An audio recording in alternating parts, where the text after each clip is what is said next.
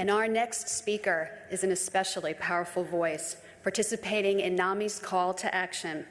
Recording artist, author, actress, and mental health advocate, Demi Lovato is a profile in courage. Like the title of her incredible album, she is unbroken by her personal experience with bipolar depression and eating disorders. Last year, the U.S. Substance Abuse and Mental Health Services Administration honored her for her mentorship of young adults with mental illness and substance abuse issues. And this year, her book, Staying Strong, 365 Days a Year, made the New York Times bestseller list. This summer, she embarked on a mental health listening and engagement tour sponsored by Synovian Pharmaceuticals to share her story and to learn from leaders in the mental health advocacy community at events around the country, such as ours today. We are especially grateful to her for coming here today because in just 2 days, she starts her world tour, and she's going to be making stops in 28 cities across the United States and Canada. Yeah.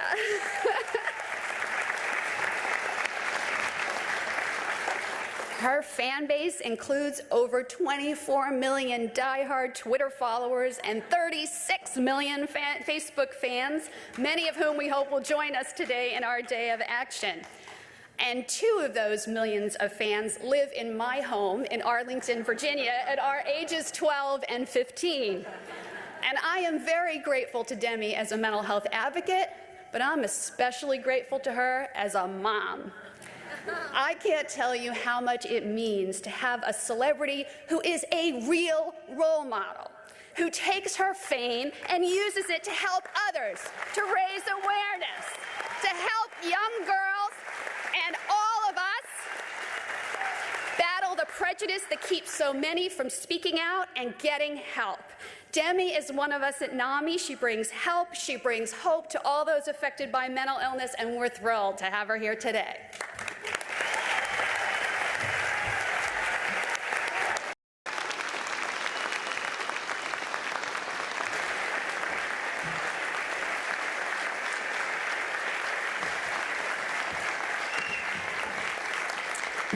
Thank you so much. That introduction was really overwhelming and in the most positive way, so thank you. Hi, everyone. My people. It is an honor and a privilege to be here today at NAMI's National Day of Action. Looking out at all of you is so inspiring. It's great to see so many people dedicated to improving mental health and the lives of others.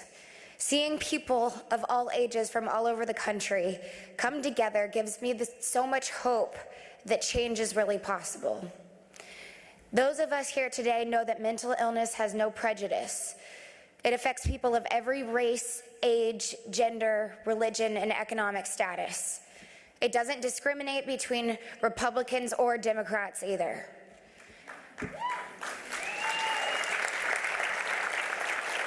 That's why we are here today. We need to send a simple message to our nation's leaders. Mental health matters and needs and must be taken seriously.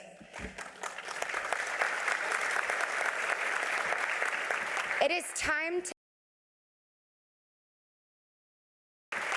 time to act for mental health and pass comprehensive mental health bill this year.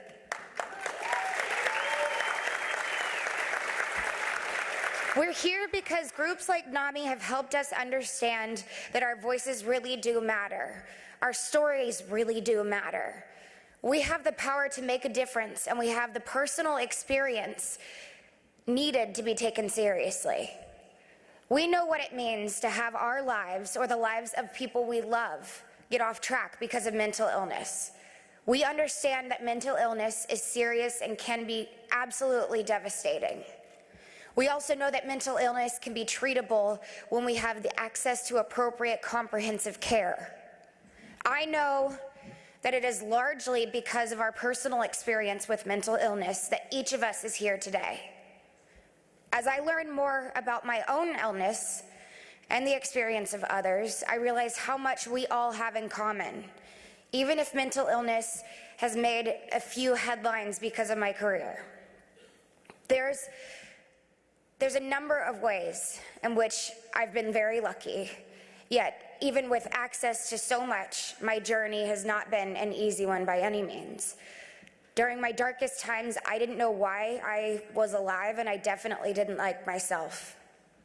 I had very low periods that were so emotionally draining that I couldn't find the strength to crawl out of bed in the morning. I was withdrawn, disconnected, and very angry. There were stretches of time where I felt nothing but shame.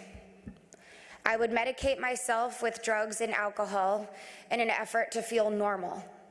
Not better, just normal. I didn't understand why somebody like me, with all the resources and reasons in the world to be emotionally well, I couldn't find happiness. When I finally got diagnosed with bipolar disorder, it was a relief in so many ways. It helped me to start make sense of my bipolar depression and all the harm things I was doing to cope with it. Getting the right diagnosis didn't happen overnight. Through the process of being misdiagnosed and misunderstood, I learned how important it is to be open with your doctor so that you can get to the root of what's going on as soon as possible. The journey to living well with bipolar disorder is a process that for me involves seeing a therapist, being honest with myself and others, following my treatment plan, and taking care of my body. It requires comprehensive care.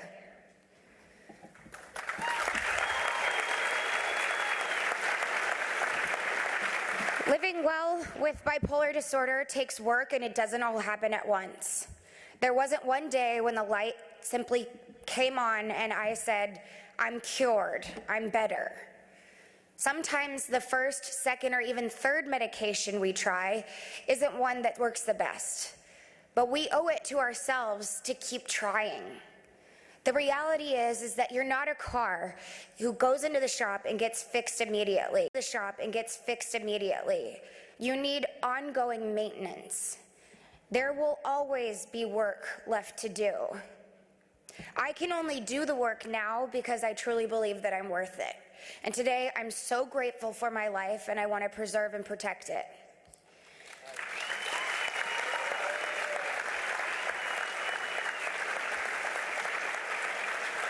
It's my personal mission to share with others of all ages, people who are children that are fans, people that don't know my music at all, but hopefully my speech today can have some impact.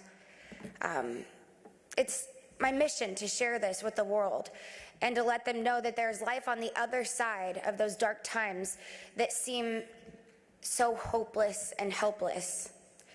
I want to show the world that there is life, surprising, wonderful, and unexpected life after diagnosis.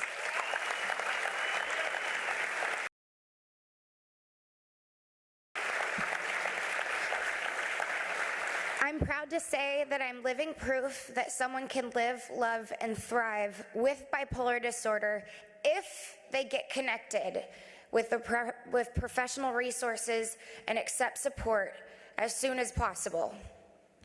That's why I'm participating in the Mental Health Listening and Engagement Tour by getting to meet people like you and learning more about the issues that face the mental health community, us.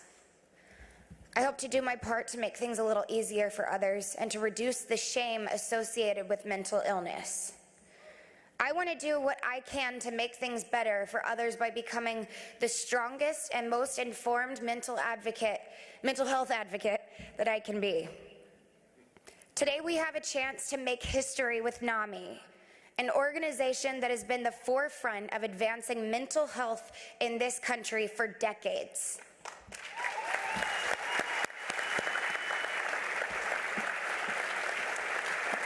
We've seen increased attention to our country's broken mental health system over the past few years, but we've seen very little action.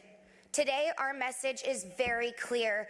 It's time for Congress to act for mental health by supporting the passage of a comprehensive mental health bill this year.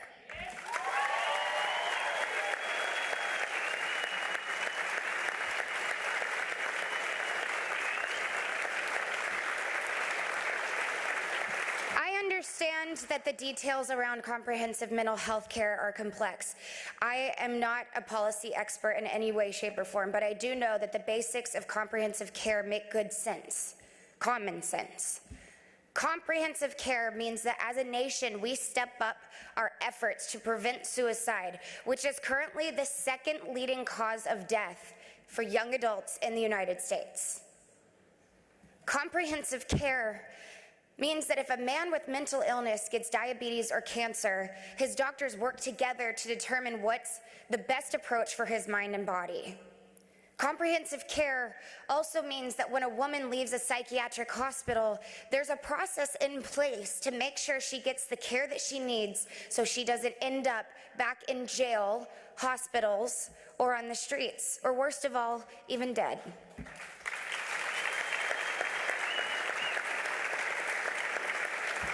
At the heart of it, comprehensive care means that our mental health systems reaches people early and far more often so that fewer people fall through the cracks and suffer alone. I'm so proud to be here with you today. Together as mental health advocates, we can make our voices heard. Our shared message is simple. Like you said, keep it simple. Support passage of a comprehensive mental health bill this year.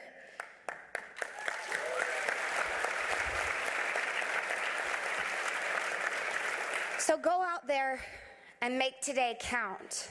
Together we will make a difference as we act for mental health. Don't forget to tweet and post throughout the day, because we all know that gets the word going. I'm about to right now once I'm, not sitting on an important panel.